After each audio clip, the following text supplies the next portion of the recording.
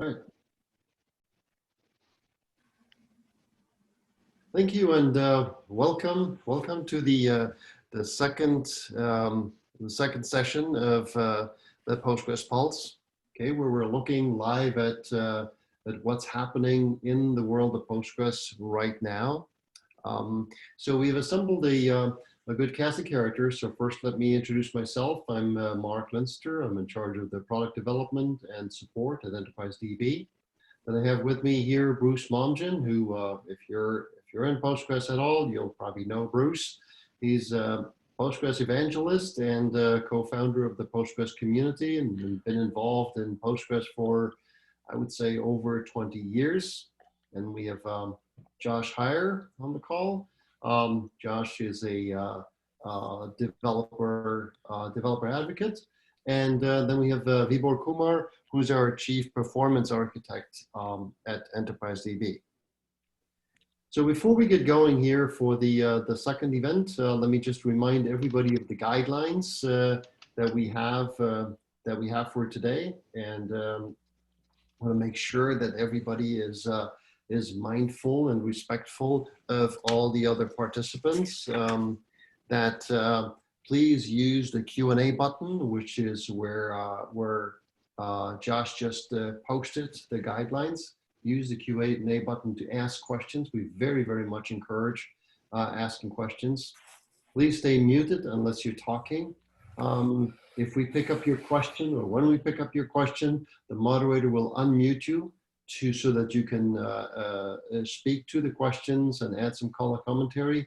And then first and foremost, we ask everybody, please be civil and abide by the Postgres Code of Conduct. Okay, so before we further dive in, again, I'm asking everybody, please ask questions, post your questions in the Q&A so we can work on those. Today's topic will be, well, it's still slow. And there's a blog about that very specific topic that has been posted, and Josh, maybe you can share the link to that blog again. And then in the Q&A, don't be shy just asking questions for today. Also, suggestions for future topics are very, very welcome. Okay. So the first thing that we're going to do is Bruce is going to talk a little bit about what's going on in the community, and Josh will give us some observations about what's happening on Stack Overflow, what he's seen happen there in the last couple of days. Then we'll dive into some questions that we've seen there that we think are relevant to the overall topic of it's still slow. Then we'll dive into other questions that may be coming up during this conversation. So first would be Bruce, if you can give us a little bit of an update what's going on in the community today. Sure. So obviously this is an unusual time for any community of any size. Having been involved with the community for 24 years, we've always looked for threats, possible problems that can happen to the health of the community. This is one we really never anticipated, the virus, the social distancing. The good news is that the community is handling it well. Obviously, we've always been a distributed team. Almost everything we do is done online except for our events. So everything's chugging along. We have our final commit fest for Postgres 13 started on March 1. I think it ends this week. I think 2 days. We'll be doing the feature freeze for Postgres 13. And then we basically do some cleanup for a couple weeks. I write the major release notes. We put out a beta sometime by the end of May. And then we're still expecting a release sometime around September, October. In terms of volume, I think in my calculations, the email traffic is down about 5% year on year for March, which is not too bad. I think a lot of that is people adjusting to working at home and sort of getting their work environment set up. We obviously have a lot of people in our community who already worked from home, like myself, so there's very little impact there. In fact, in a lot of ways, we think it'll benefit the Postgres community because instead of hanging out with your coworkers, people are hanging out with community folks. We had a Postgres Friends Zoom meeting yesterday. It was kind of fun. This does impact our events. All the events that I'm aware of for April through June have been canceled, particularly Postgres Vision, which is at the end of June, will now be an online event, and I'm looking forward to that. I think we may have more attendees because there's not as many people. They don't have to fly to Boston. They can attend online. And there's also a PG Con out of Ottawa that will be an online event. So again, we hope people who couldn't travel to Ottawa also will take part in that event. One curious question: I'm using my Postgres Vision speakers gift, and I'm wondering, when we do the online conference, are we still going to get speakers gifts? I haven't asked yet, but that's on the top of my list to find out, whether we're going to get something shipped to us, I guess. So, the bottom line is everything's chugging along. We haven't really skipped a beat in terms of what's happening in the community. It is hurting the lack of events is hurting us, but we expect to get back to work. There are some events in July, August in Brazil, in St. Petersburg, Russia, and in London, which are still scheduled. So we'll see what happens there. And it looks like PG Europe is also still on track in Berlin in October. So exactly, I think the next really big event, hopefully can pull it off. Yep. All right, great. Thank you, Bruce. All right, so I'd like to turn it over to Josh. He's been digging through Stack Exchange, Stack Overflow over the last couple of weeks to give us some trends before we dig into specific questions. Yeah, thanks, Mark. So real quick here, if you can see my screen, this is over the past year, the split out of questions and answers in Postgres related tags. And the thing I think you'll see jumping out right away is that questions have gone up a lot over the past few weeks. Answers have taken a hit and then rebounded slightly. I think we're all feeling the effects of the coronavirus and changes in work structure, and that's definitely had an impact. The other thing I wanted to note here is just the growth in Postgres adjacent technologies, platforms that are used next to Postgres, along with Postgres over the past year. And you see Python is far and away the leader there. Josh, you're not showing the second slide. If you can go to presentation mode. Okay.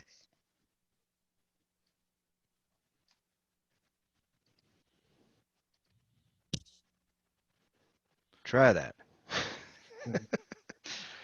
I will not use Firefox for this next time. Apparently it opens a new window. So if you can see that now, it's a stupid little animation, but this is the growth in questions in Postgres adjacent tags over the past year. And Python is far and away the leader, but we see strong performance in Java, Node, Ruby as well. Obviously, web technologies are still holding their own there, but we do have some interesting work there with PostGIS as well. So we're keeping an eye on all of these, trying to kind of look for areas in which we can expand outreach and help more people who are maybe getting introduced to Postgres for the first time as part of their web platform work as well. Okay. But certainly Django and Python together appear to be a very, very strong, very highly used development platform for applications, right? Oh yeah, absolutely. Okay. All right, good, thanks. So we had a couple of questions that Josh, you picked up on Stack Overflow this week. Maybe we can start with the first one. Can you just give us a short update, what happened there? Sure. So I've dropped the link into chat here.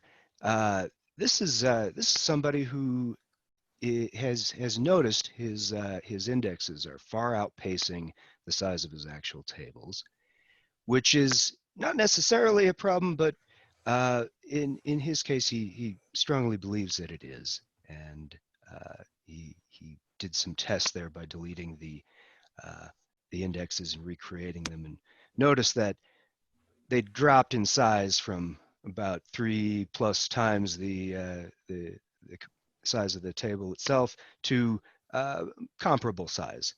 And so he definitely feels like there's something up, but he's not quite sure how to investigate that. So Vibor, if you came across a question like this and in your past experience, how would you deal with this? What would you tell this user? So whenever this kind of a question comes, I step back and look into the the kind of indexes which I've created for the table. Mainly what happens if you're doing, when you create any index, and if you're doing a lot of insert, update, delete, that creates a kind of a bloat into the indexes, and that results into the bigger size of the indexes. So you would like to do a couple of things. Urgently monitor auto vacuum process, do some tuning on the auto vacuum process so that it can pick up those bloat and clean it up proactively. With that, sometimes you have to reindex concurrently, because there's a capability in the Postgres where you can do reindex concurrently. But to monitor the whole index situation, you would like to look into the stats. There are many stats table available in the Postgres. One is called PG stat indexes, which gives you the information about how many times indexes got used. As I'm looking into the blog, I can see a couple of issues the way he has designed the indexes. First of all, he has so many indexes created on the table. You would like to be very mindful about what indexes you would like to create, because it brings the right amplification into the Postgres, which could be a performance issues for your overall database. So you don't want to go into that situation. So just be mindful about what indexes you want to create. Second, I can see there are a couple of indexes which are on the, almost all the columns has been included in one of the indexes and never been used for the SQL queries at all. So you would like to drop those indexes. So this way you can save some more space on the disk. And of course, you would like to tune your auto vacuum process. And you would also like to do some kind of a monitoring and some kind of a vacuum operation, manual vacuum operation per day basis. This way you can keep a control on the disk or disk usage or by the indexes. So that's my take. Okay, great. So Vibor just used a really interesting term that every once in a while pops up in the Postgres context called right amplification. Bruce, can you just elaborate on that a little bit? Because I think for somebody who's not familiar with how Postgres works, that may be quite a mysterious term.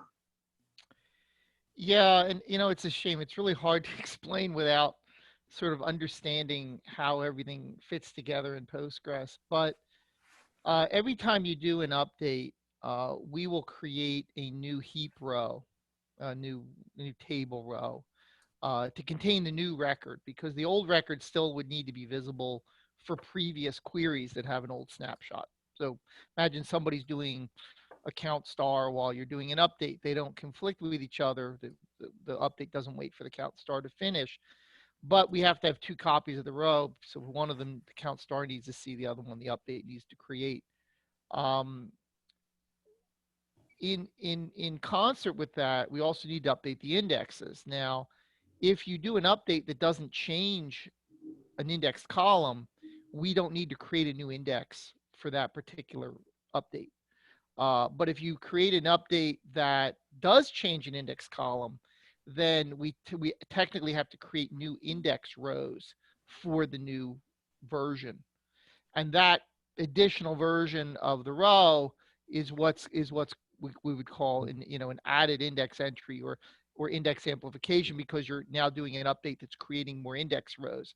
And obviously, if the person has an index that appears to be larger than it needs to be, it's possible that those rows that you're seeing that you get cleaned when you do a vacuum full, for example, are actually caused by this right application problem.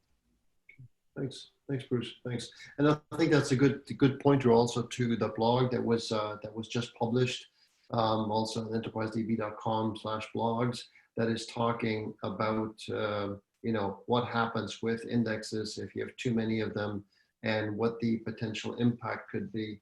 So I think it has a very good link to an article that Bruce wrote a while ago, or a presentation about how MVCC works, which I think at some point in time when somebody runs a large Postgres database that is mission critical, it's important to actually understand how things work under the hood. Yeah. I mean, you know, there's a focus here on vacuum and sort of monitoring stuff, but it's possible that this index is large for no fault of vacuum, right? Yeah. For example, if you are updating, if you do a transaction that updates every row in the table in one single transaction, well, effectively, if you are updating one of those index columns, you're going to get twice as many rows in the table, and you're going to get twice as many rows in the index. Vacuum's not going to, vacuum can reclaim, vacuum can mark that space for reuse, but if you're not doing any more updates, that space is just going to sit there, right? And that's sort of a pathological problem, I would say, for the way Postgres is designed, that the auto vacuum process can mark rows available for you for reuse, but it can't necessarily return the operating system because of the way the no overwrite kind of storage works. Another possible cause is that certain index types like B-tree, for example, if you were to delete almost all the rows within a certain range of values, but leave a couple, like, so imagine you have 1 billion rows and you delete every row that isn't a modulo of 1,000. So you end up with 1 million rows in an index. You have a whole bunch of pages that have 1 row in it or 2 rows in it. And again, there's no ability in Postgres and in most relational systems to merge adjacent B-tree pages that have over, you know, that are almost empty, and then you have to merge them together. Doing that in a non-lockless way is really hard, and it kills concurrency if you try and do it. So Postgres doesn't try and do it. So again, those are 2 examples, either of a mass update that affects index columns, or a case where you've deleted almost all the rows, but not all the rows within certain ranges of values, which effectively the only fixes to that is a vacuum full, which unfortunately requires downtime because you've locked the table. So there are these pathological cases. We don't see them that much because most systems don't do that type of behavior, but it does happen. Okay. All right. Well, thank you. Thanks. Hey, Josh, I think you had another question that you picked up on Stack Overflow. I did, and that actually segues pretty well from what the scenario Bruce just describes. I don't know if that's what he's got going on here, but I'll drop a link there into chat. Here's a person who is using a table to process a large amount of data that doesn't stay in the table very long. He's dumping, you know, millions of rows into this, processing, doing something with them, and then removing them from the table. And he's noticing that these indexes don't appear to be getting used on this. And so he's wondering what could possibly be going on. What should he be looking for there? Here, I'd love to start with Bruce this time around, because there are a couple of interesting comments in that thread where, you know, obviously people are trying to help on Stack Overflow, but are stumbling, and it's pretty clear that this person, yeah, has an urgent need, but doesn't provide enough information, right, for effective and fast help.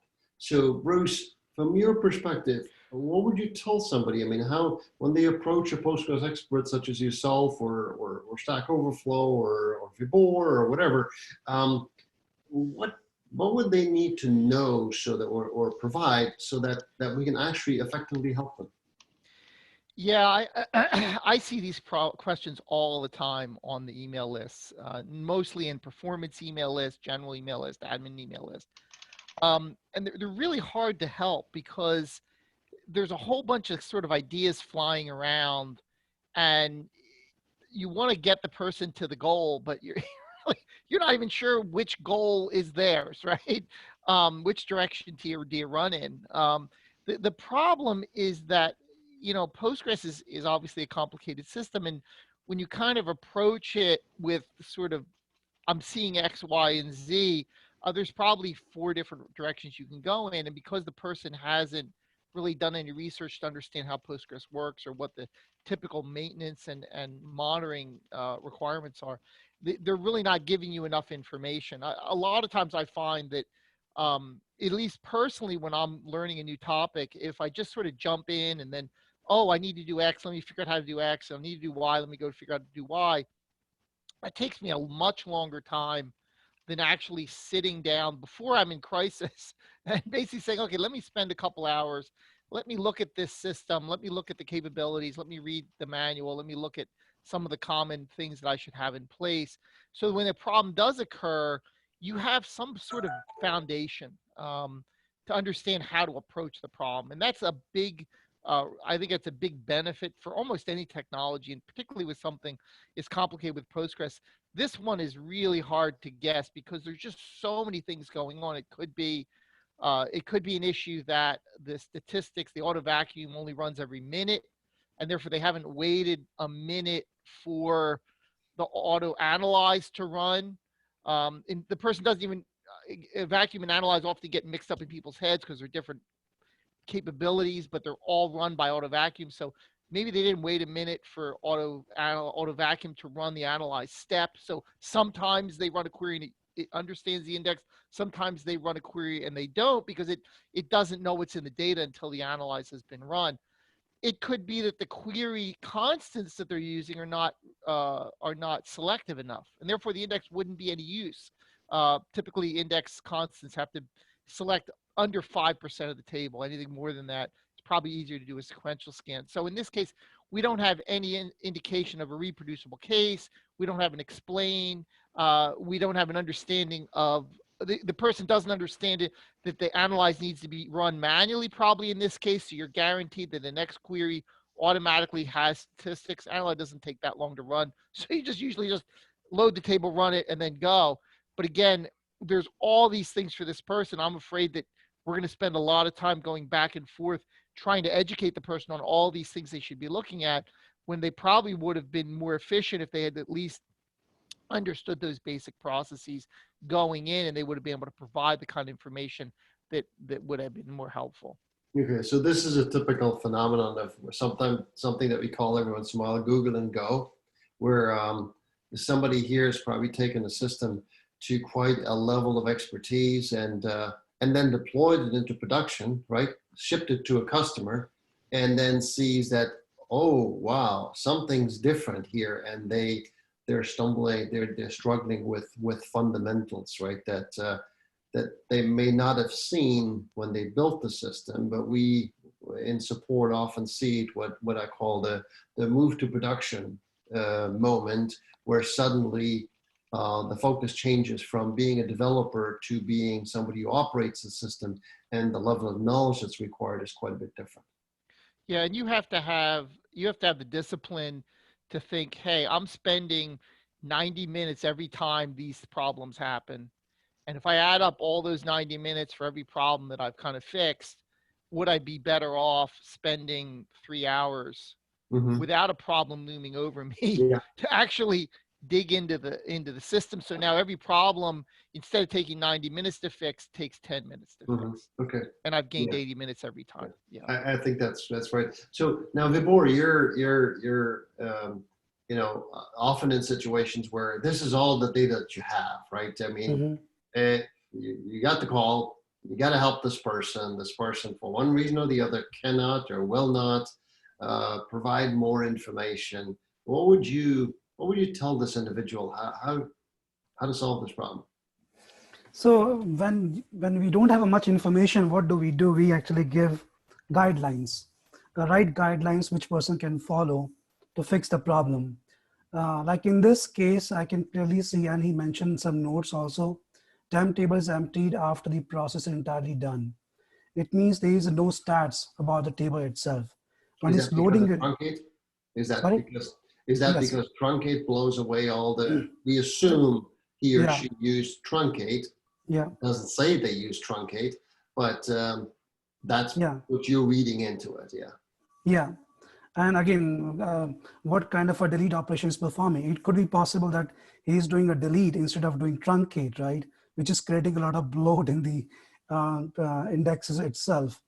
Again, and the other thing which I can see here clearly indicates that they do have an auto vacuum problem, where it could be possible that they are loading a data and auto vacuum was not able to analyze the table itself. And planner doesn't know about the indexes on this specific table, and that's why it's not choosing a plan which can use the indexes. So these are the important things which I can see here. Again, we need more details. The guideline is that whenever you load a data in your own transaction, after loading a data, you would like to do analyze. When you do analyze, automatically you're updating the statistics of the indexes in a table. And when you run the query, Planner knows which plan it should pick up to use the indexes, or which one will bring the data faster than the whatever possible plans are there. So these are the key things which person should know. So whenever somebody's loading your data, perform the analyze. Or if you think that you cannot put the analyze command as part of your whole process, you would like to do a table level auto vacuum tuning, because you can set some auto vacuum parameters at table level so that auto vacuum process can pick up the table more faster or more frequently. Well, thank you. Thank you. Okay, so remind everybody again, if you have questions, if you have something that you'd like to discuss with Bruce, Josh, and Vibor, just put it into the Q&A box. I think we just got one more thing here that Josh brought up. So Josh, maybe you can walk us through this question too. Well, this popped into my head while y'all were talking about possibility of having to do a full vacuum to eliminate bloat. So here's a question from DBA Stack Exchange, where the asker wants to do needs to do a vacuum full, but he can't because he can't afford to lock the table for that long. Would do a repack, but is on Heroku and can't use that. So he's wondering if he can implement this manually with a series of queries to rebuild the table separately and then swap them out at the last moment.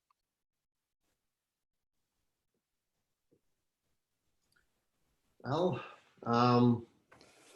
Does this sound crazy or clever?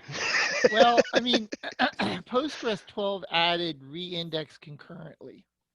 Mm-hmm. So that allows you to rebuild the reindex or recreate the indexes without locking, because there's a lock that happens just very briefly as you put the new index in place. So that would be the way you would fix the indexes, but the table itself, I don't know. What do you think, Vibor? Yeah, so I mean, whatever he's trying to do, I can see that what strategy he's trying to follow. Here he's talking about compressing or repacking the whole table instead of looking at the indexes. So I always ask the question, why do you want to repack the table? Is it because you want to save the disk space, or do you want to improve the performance? So if you want to improve the performance, why not pick up the indexes, where you can do create index concurrently and drop the old index, and you'll be good to go. But looks like he's pretty much focusing on compressing or packing the whole table itself. And that's why he came up with an idea there where he can say, he's saying that I'm going to update all the rows in the table, and then it will perform the vacuum. Well, it is kind of a interesting idea, because if you have a dead tuples at the end of the page, when you run the vacuum, it actually release that space or give it back to the operating system. That's the nature of the vacuum process. But this update will create a lot of performance issues in the production, because you can think about if it is a bigger table where a lot of people are trying to access the data, and when you perform this update statement, it will of course block the all other writers. Let's say if you have a update statement as part of your transaction, those will definitely get blocked, but it will also increase the load on the system. So you have to be very, very mindful when you take this kind of approach, right? Mm-hmm. Okay. So I really, I mean, he must have, of course, understood the way vacuum might be releasing the space or giving it back to the operating system if the tuple is at the end of the rel pages. And that's what he's trying to do. But I would say just be careful, because it may create a repercussion on a system where the whole performance is tagged, right? Yeah. You will not be able to do anything. Yeah. So just be careful. So Vibor, we just have one more minute, and we just got another question from Aditya. We're going to try to turn Aditya live here so he can ask us the question about vacuum full. Okay. Yeah. Aditya, I'm going to put you on here. If you can you ask your question?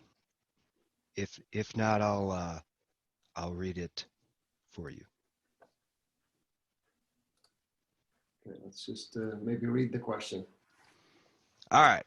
Well, Aditya is asking, how frequently can we run vacuum full, as it needs a lock on the table? How frequent? I mean, there's some people who run it. I've heard people who run it every night, um, because they have a lot of downtime and they don't care. I'm not sure I'd recommend that because Mm. Postgres actually runs better if it has a certain amount of free space in there. Um, what I typically tell people to do is to monitor their free space with some type of tool like Check Postgres or Postgres Enterprise Manager or some handmade query that determines. And then if the free space gets above like 30-40%, then you start to think about running vacuum full. But normally healthy tables typically have 10-20% free space, and Postgres actually runs just fine that way.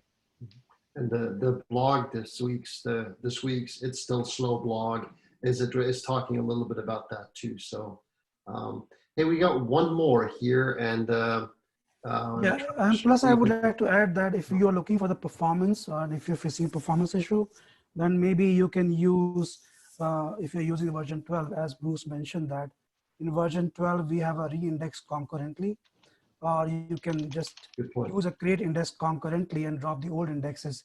This way you will get the better performance instead of doing the vacuum full all the time.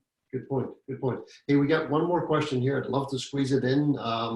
Actually, it is about PG Repack. So I'm not sure if you can turn Daniela on. I think he is still in New Zealand. So it'd be a long haul call. Daniela? I'm trying to find. There we go. Nope. There we go.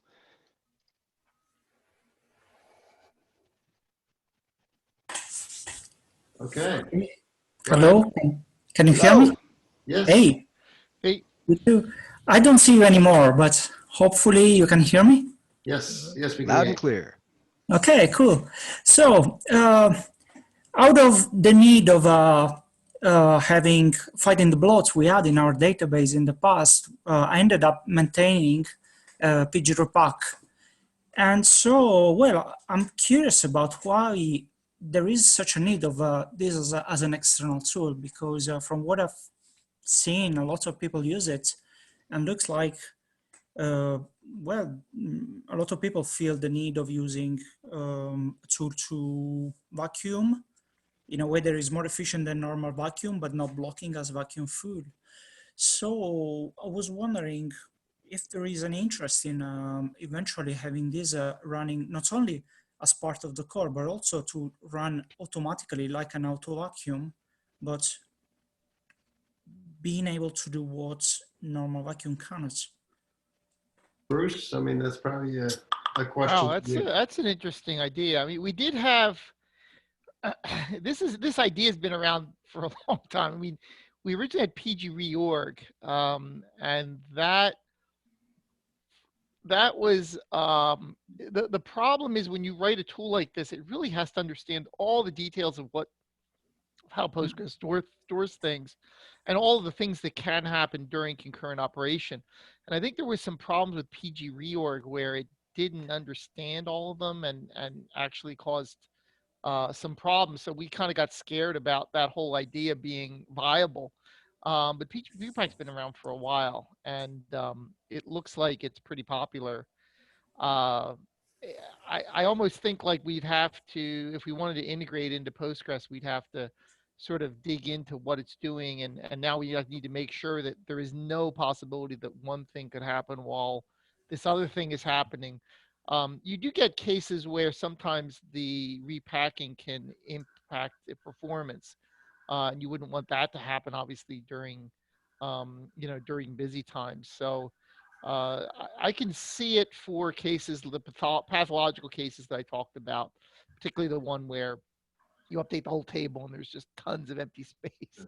And what repack effectively does is it kind of moves the rows to the earlier part of the table and then kind of frees up the end so that you can truncate off the end. So it's something we talked about. The to-do list has a sort of a vague item about doing inserts earlier in the table in the hopes that later parts of the table eventually would be empty and could be truncated off. It's definitely worth researching. All right. All right. Thank you. Thanks, Daniela, for that question. And thank you, Aditya, Yeah. also for calling in. No worries. I think Pleasure. we're over our allocated time here. So I thought it was a very good conversation. Thanks, everybody. And we'll do this again next week. And if there's any topic suggestions, anything that you'd like to put us on the agenda, send us an email to postgrespulse@enterprisedb.com, and we'll try to work it into the agenda. So thanks, everybody, and that's it for today. Thank you.